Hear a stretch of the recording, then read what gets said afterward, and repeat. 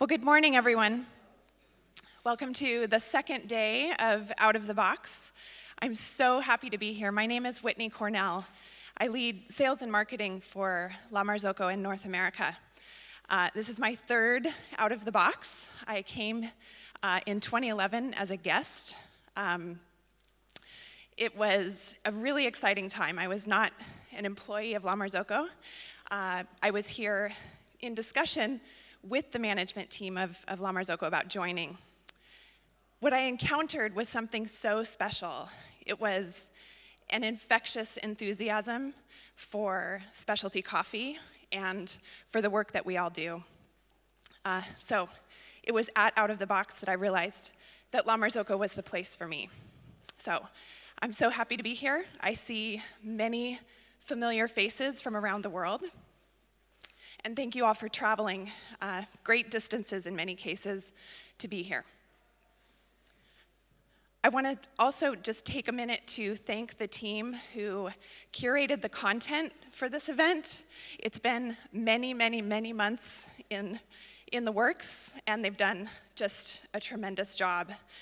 So the marketing team in particular, and Chris Salerno, who spent a great deal of time curating a really incredible slate of speakers. We're so fortunate in this hour to have another tremendous speaker. We have a great partner here at Out of the Box in Pro Rosso. So Stefania Martelli is here to speak to us a little bit about Pro Rosso. I hope that some of you have had the opportunity to experience the pop-up barbershop in the La Marzocco lab. I can tell you that many of my American colleagues have been waiting months to come and experience the Pro Rosso barbershop here at Out of the Box. They're all walking around now very clean-shaven, and I hope that all of you have also had a chance to experience that. So I want to tell you a little bit about Pro Rosso. I came to know Pro Rosso earlier this year. I need to begin by saying that when I travel with almost nothing. On this trip, I'll be traveling for 15 days, and I managed to fit everything in one carry-on. So I travel very light. That means that I bring home no souvenirs and no gifts. So if I do bring something home, it has to be something that's very, very special. So earlier this year, I traveled to Italy to spend some time with my colleague, Chris Salerno, to do some planning meetings, to hear a little bit about the plans for Out of the Box.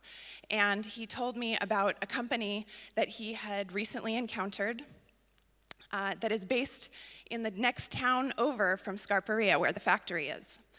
So this is a pretty legendary company within Italy, Pro Rosso. And he said that, these products are incredible. They're grooming products, they're shaving products, and they're really just unparalleled in terms of the quality. So during our time together, one night we chose to make dinner, and we went to the market to go shopping in advance.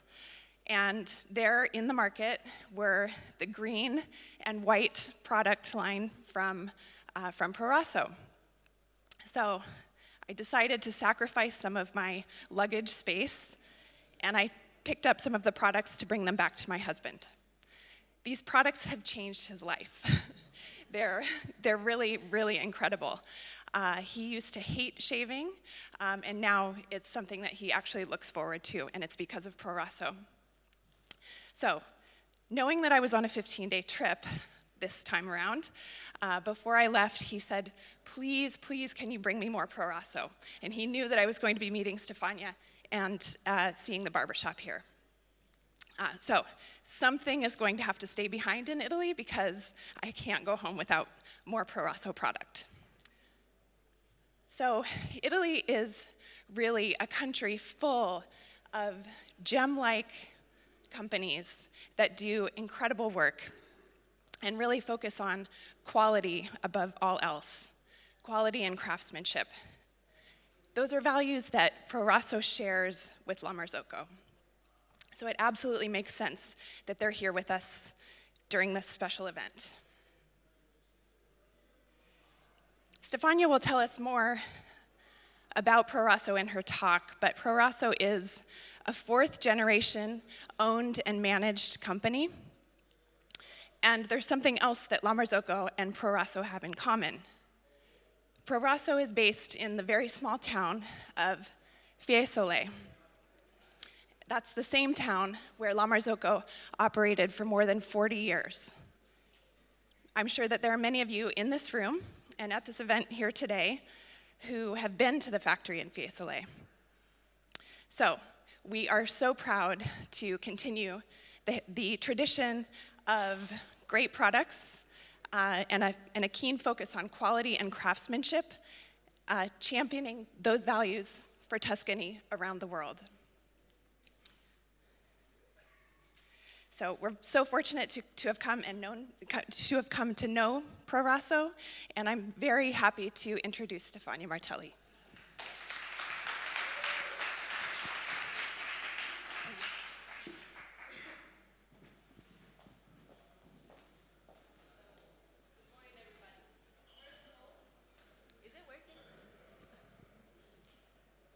It's working, yes.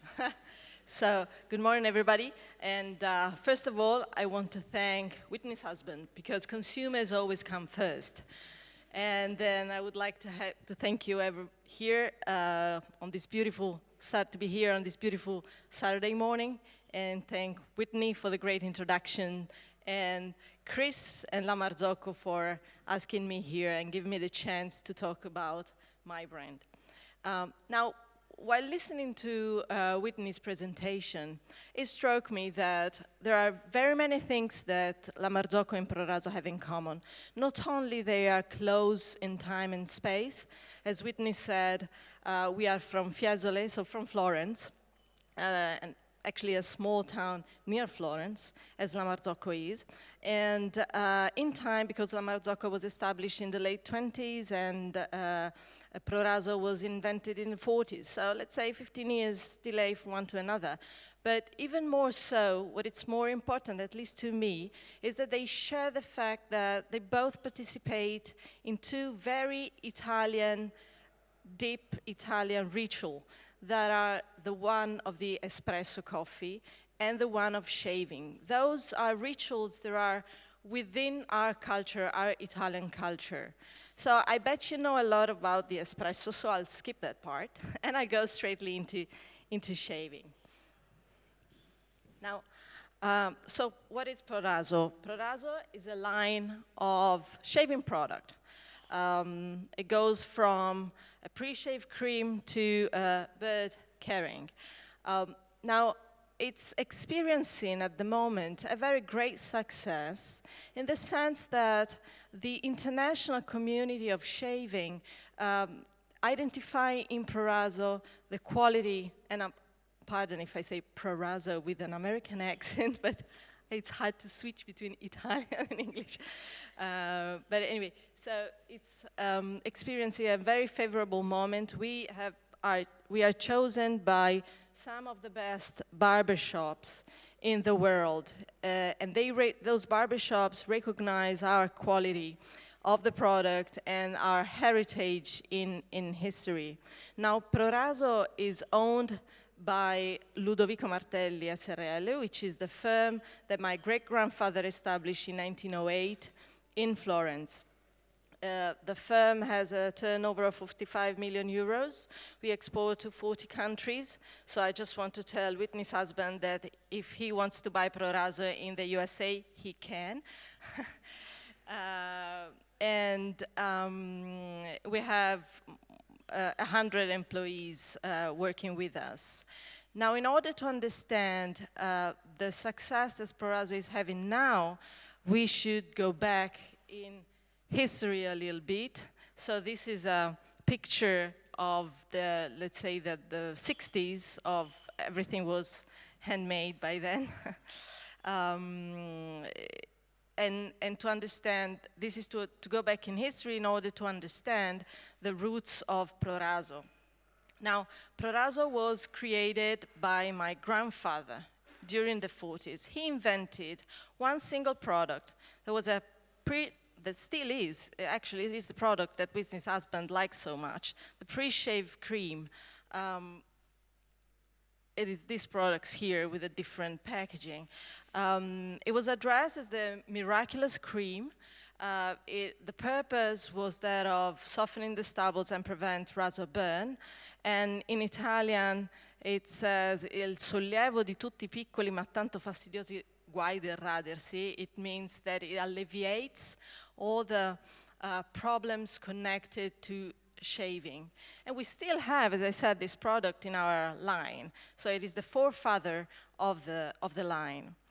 The product was distributed through the barbers.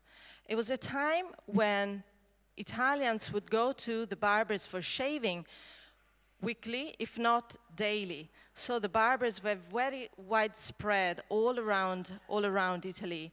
And they were the first advocate of the success of that single product and then on of the brand. So the legacy that we share with the barbers, it's very, very close. We have a very tight link with them. So as I said, it was addressed as the miraculous cream. These are some of the advertisements that we used to have. As time went by, this legacy, this link between the two did not fade. And this is a very strong thing, an important thing to understand about Proraso. The barbershop were very, very popular during the 40s, the 50s, and as time went by, they faded a little bit away. Men would turn to unisex salons to have their haircut. In those times, we represented on the shelf of the supermarket the values of the barber, and we never compromised on that, neither on the quality of the product, nor on the link that we have with barbershop. So we represented during, let's say, the 80s and the 90s, the values of the barbers on the shelf, and we were the barbiere a domicilio, so barbers at home. So in times, first we brought the people to the barber, and then, so now in those times, we are bringing the barber to the people. Now, what is happening now in the last few years is that barbershops and the profession of barbers are regaining importance. And, you know, coming to the fourth generation, which is mine and my sisters, what is funny to know is that we, as an expert manager, I get to travel a lot, and I like traveling, so I do it for work, and I do it also for fun. And as I come from a family that has been doing shaving preparation for so many years, I'm a little distorted, and everywhere I go, I just try to find some barber shops and to look what's going on, what product they have. And to my, well, I don't want to say surprise, but somehow, yes, I was surprised. Going around, I saw that some of the most beautiful barbershops around the world were using Proraso. And for me, I could understand the strength of Proraso only going abroad and seeing this. Because if a barber that can choose among the very many products that are out now, they choose Proraso, and they are not Italians, they are foreigners, it means that they recognize the quality, they choose it for the quality, they don't choose it for the history or for some affectionate feelings of an historical brand. They choose it because the quality is top. And then they find out that there is a history, there is passion, there is a never-ending link between the product and the profession, and everything works perfectly. And so seeing that seeing that some of the best barbershops were using Proraso, it came the idea of the ADV campaign. This is a campaign in Italy. So these are real barbershops. The first one is from New York. The other one is from Rotterdam in the Netherlands. And they are just barbers that are using Proraso, and they on the white part there is a statement of what they think about Proraso. We have this, we have others, we have a collection of those barbers, and these are real barbers. I mean, they're not fake. They're not, even though they seem strange, let's say, in some sense, but they're real people, and in their daily work, they use Proraso. So they use it, I believe, for the quality, for sure, for the tradition, and because Proraso, the mission of Proraso is that of turning the chore of shaving into a pleasurable thing. And that is exactly what the barbers do. Whenever you just sit on a barber's chair and take some time off and relax and have your beard trim or shaved off, well, that's a moment that you give as a present to yourself. Your cell phone is switched off, and but you know, the best thing it would be for you to experience that. I can talk about how pleasurable it is to go to a barber shop, but the reason why we have people shaving here is exactly because words are not enough. Just go on, please enjoy it and try it. Thank you.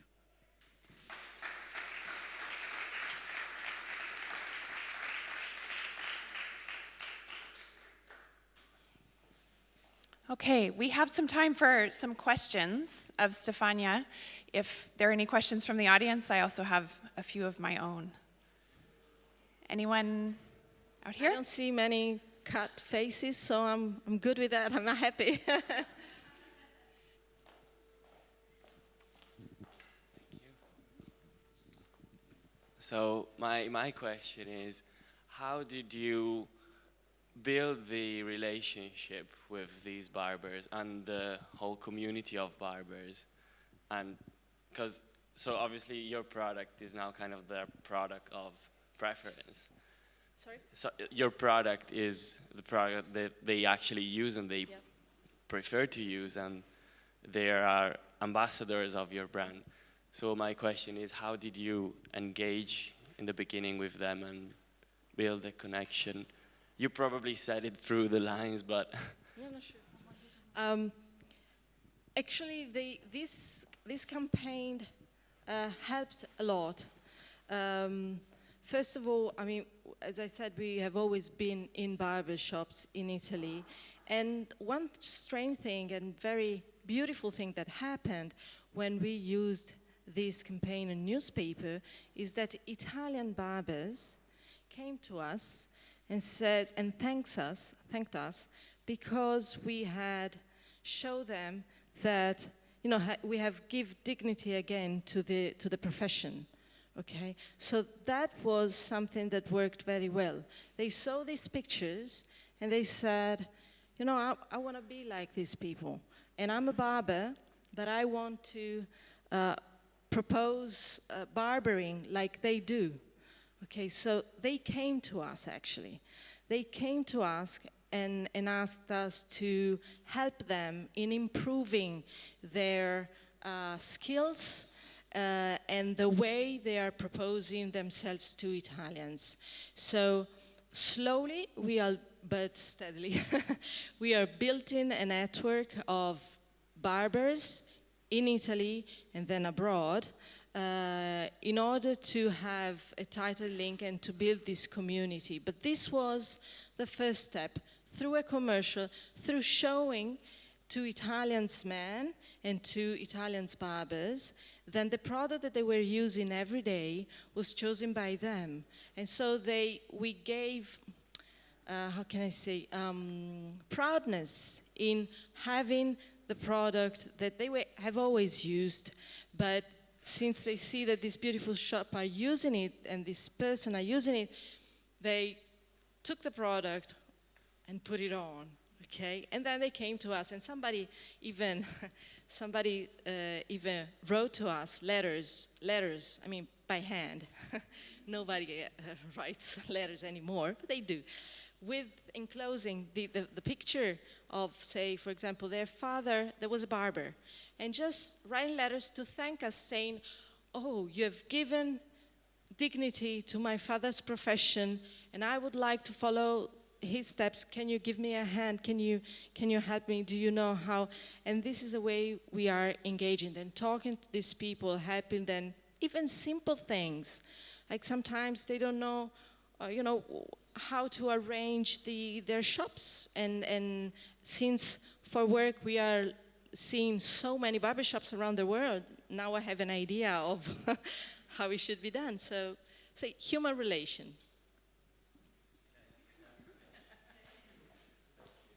You're not satisfied with the answer, so you're asking. No, I'm satisfied with the answer, but I have another question, because since you're working with lots of different countries around the world, so my question is, do you see, and if you see it, what's the difference? What are the differences between different barbers' cultures?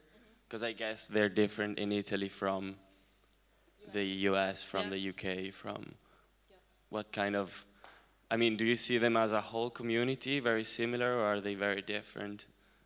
In a sense, they're very similar, but of course, every country have different culture about shaving, because it's a very intimate and important thing. So, every country does it differently, at least to a certain extent. So we try to understand what is the peculiarity of their country, and we don't want to export necessarily the Italian way of shaving, but we want to adapt to each country, as customers are different everywhere you go, up to an extent. So I don't think it makes sense to just say, if you use Proraso, you're gonna do this way, because in the end, we're making products, and they are the one who act the ritual. And the ritual is slightly different from country to another. For example, in the United States, you can't use the brush,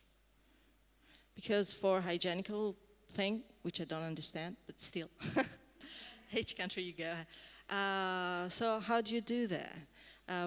So we try to either to have personalized things. So you're a customer and you come in and you have your own brush, okay?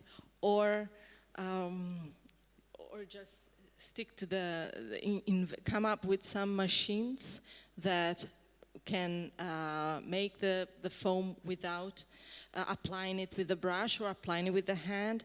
So we have to adjust to different countries. And in Italy, for example, the classical way of shaving, in the sense of how it was done in the 40s, is different how they do it here, now. Sorry, not here, now. Because in the 40s, as I said, it was daily ritual. That means that if you go to a barber, you can't stay there 20 minutes, because you have to go to work. Even everybody knows Italians go to work late, but still. They take a coffee, they go to the barber, they have so many rituals, they go to work at 11. No, but really, so it was a very fast thing, okay? Shaving, it would be something like 2 minutes, rapid. Now it's changed a little bit, because you don't go it every day. So whenever you go to a barber, you're taking some time off. So the service is lengthier. It lasts like 30 minutes. It can last more or can last less, depending on the situation. So this is how the profession has adjusted to time and to countries.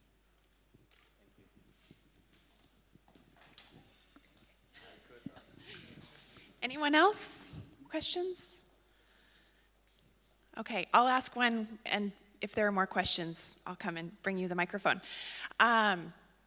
So Stefania, I noticed there is an emblem on the packaging of the Proraso that has a lion. And I thought maybe you could speak a little bit about that because our emblem includes a lion as well. We have the same lion. Of course, yours is Il Marzocco, so the real one, the Donatello one, let's say. We do have a lion on top of the logo Proraso. There's a lion with a razor. Exactly, that is because of the proudness of coming from Florence. We wanted to have a lion on the packaging, exactly un marzocco, which is the name of the emblem, because it's a statement of the brand of saying we are proud of coming from Florence. On being from Florence, we are the lion of the market. I mean, you can see many things in that lion, but the reason, I bet you know the reason why there is a lion in the 13th century, the Medici family were the ruler of the city, they would keep real lions in front of the Palazzo della Signoria. That was a statement for everybody to see of strength, power, because imagine feeding the lions with a lot of meat in the 13th century. So it was something to say, we are so strong that we can keep lions in front of our buildings. And so it became the symbol of Florence, of the strength of Florence, of the richness of Florence, and of the proudness. Because the lion, as you see perfectly here, is holding a shield with the giglio, which is the Florence symbol. So that is why we wanted a lion. We copied you. That is why there is a lion on the packaging of Proraso. Okay, thank you. Another question. You talked about your grandfather Piero coming up with developing the first Proraso product. What would he be surprised about in today's market? The way that you and your sister manage the company. What would be most surprising to him? I think that the thing that could most surprise my grandfather Piero is that Proraso has gone out of the boundaries of Italy. I think that when he made it, a little for fun, not for fun, it was a job, clearly, but you know, when you're an entrepreneur, you try many things, and that was a success. I think that, yes, he would be surprised to have me now speaking in English, sort of, in front of an international audience, yes. That now Proraso, if he would see these guys, maybe these guys here, the tattooed one in New York, he would say, oh, then I've done a good job. I mean, the product is still the same product, more or less, that he made in the 40s. So I hope he'll be happy about that. Good. Any other? Oh, I have one over here.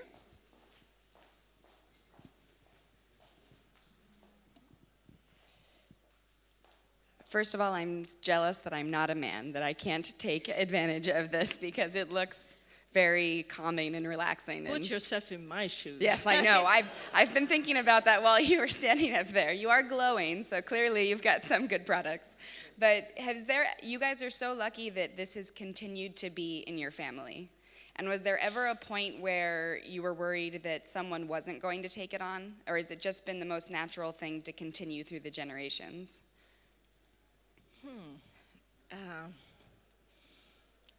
Well, you know, the temptation of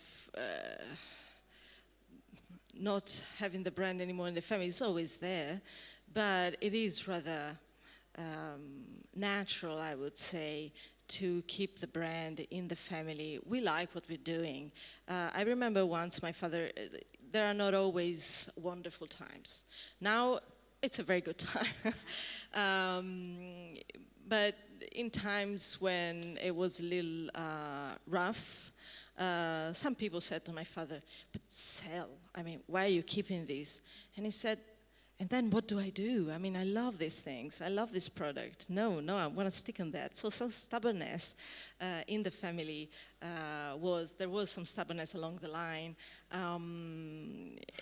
It is very familiar for me to talk about shaving, even though it can sound strange to have a woman talk about those products. This is why we have a barbershop, by the way, because I'm not credible. No, I am on the way, but you know. But no, the link, the family link with the product is very, very tight, and we enjoy what we're doing. We like it, and there's a proudness in this. So for now, we're keeping it. Thank you so much.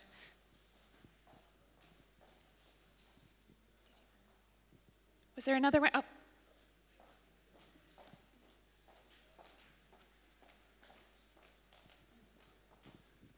So it seems there's a large online community of people who like to talk about shaving and talk a lot about Pro Rosso, and that same thing applies in coffee. And I was wondering if your brand has a strategy for communicating with that group. That gets me on a difficult part, a strategy.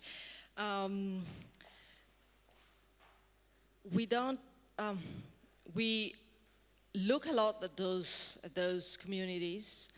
We always, try to listen to those communities, even though we don't do it in person. I mean, we do not engage directly in those communities. I think, at least from my point of view, it's better not to come out as a brand in those communities, because I need people to be true, to be fresh, let's say. So we looked at that, and sometimes we use it to develop new products and to get some ideas. We like to engage more with people with, as now, with pop-up barbershops and have the people try it. So I'm afraid we are not that strong on the online community, but we surely listen and look at them and try to get ideas and feelings on the brand. So I personally peep into these forums and try to see what they're talking about, what they're saying about the brands. Fortunately, up until now, we have very good reviews, but I tend to look more on the bad reviews because it gives me hints on how to increase and better our products and our offers in terms of product. Was there another one back here? Another question? Okay. Anyone else? All right. Well, Stefania, thank you so much for joining us here. It's wonderful to hear about Pro Rosso and to have your pop-up barbershop here. So thank you so much. Thank you. Thank you.